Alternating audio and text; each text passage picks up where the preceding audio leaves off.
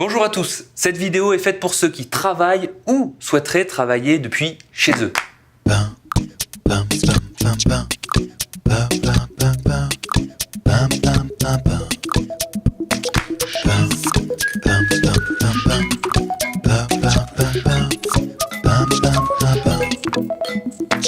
Ce câble qui vous apporte 40 possibilités de choix à domicile est, je crois, la révolution de l'avenir.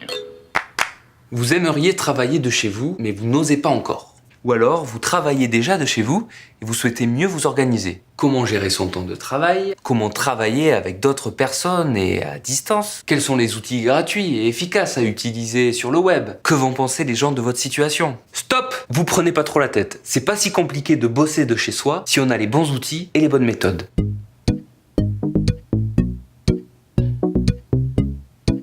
Même si le télétravail et l'entrepreneuriat se développent beaucoup ces dernières années, les idées reçues dans ce domaine ont la dent dure.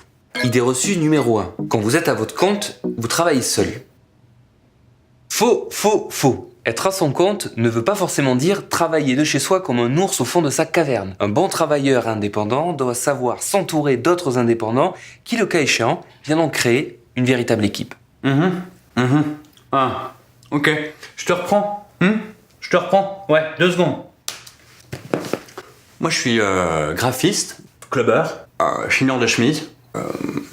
J'ai un gros network, quoi. Je suis assez connecté. Enfin, je suis dans le business, quoi. Vous voyez, je suis assez sollicité au niveau du réseau, quoi. Bon, si vous n'avez pas ce réseau en vous lançant, pas de panique, c'est normal. Il existe de plus en plus d'espaces de coworking autour de chez vous dans lesquels vous pourrez rencontrer toutes sortes de professionnels, eux aussi indépendants. Vous pourrez aussi y installer votre bureau pour un temps et même recevoir vos propres clients. Un bon moyen de sortir de chez vous. Idée reçue numéro 2, les freelances sont souvent désorganisés.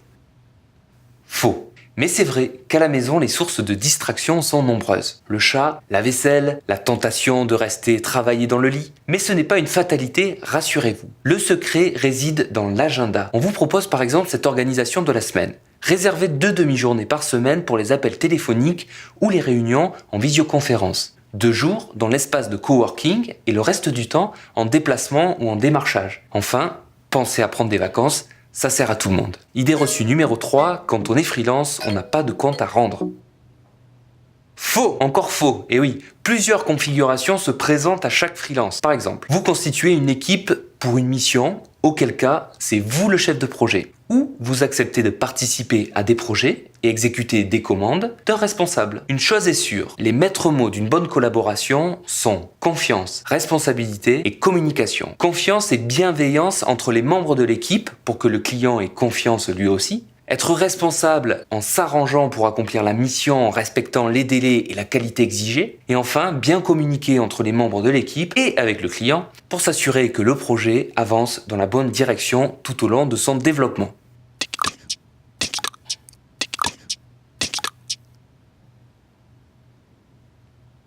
Le travail, ce n'est pas l'endroit où on va, mais ce que l'on fait. Il faut instaurer des rapports de confiance. Et pour cela, rien de tel que de respecter ses engagements. Et si cela vous effraie de travailler de chez vous, je vous propose de regarder cette vidéo sur les tiers-lieux. Une bonne alternative à la solitude.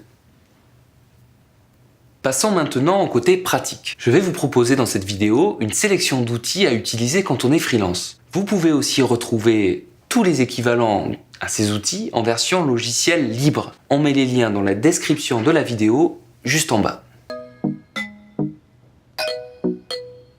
On commence avec la suite Google, sa messagerie Gmail, son Drive et l'agenda. D'abord, il faut créer son compte Gmail pour avoir accès à tous ces outils. Plus besoin donc d'avoir la dernière version d'un logiciel de traitement de texte. Grâce à Google Docs, on peut créer un texte et en donner l'accès à qui on veut.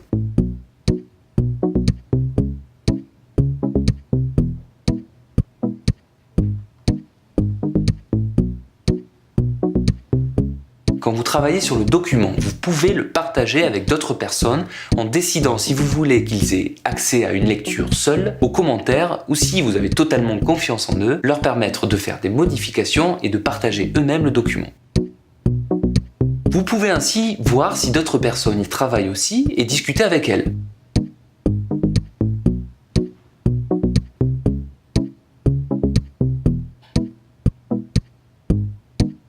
fois que vous êtes tous d'accord sur le contenu, la personne chargée de le diffuser l'importe sur son disque dur, peaufine la mise en forme et l'envoie par mail en PDF, comme ça, pas de problème de lecture.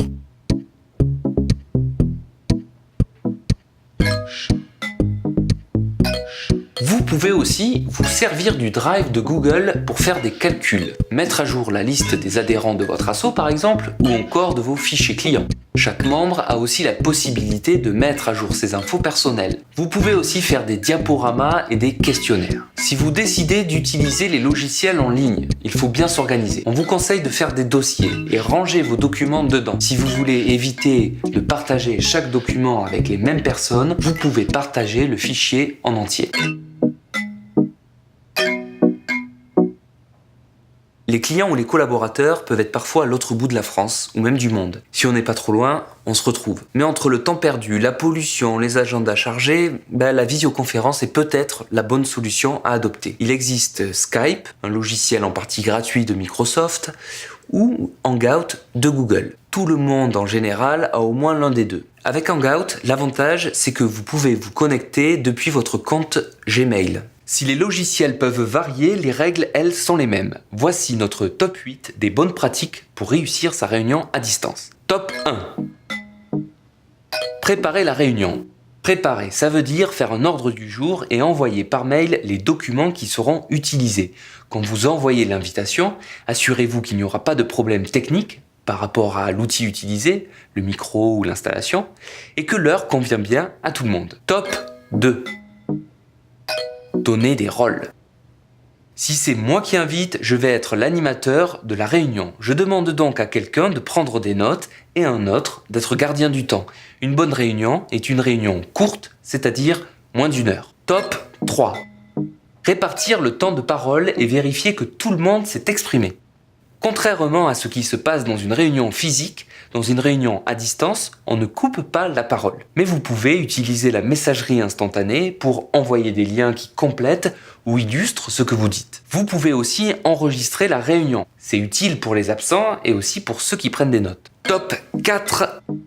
Prévoir des temps conviviaux. Au début de la réunion, essayez d'échanger de manière informelle, ça détendra tout le monde. Et ça permet, de se mettre à l'aise. Top 5. Imposez-vous des codes de conduite.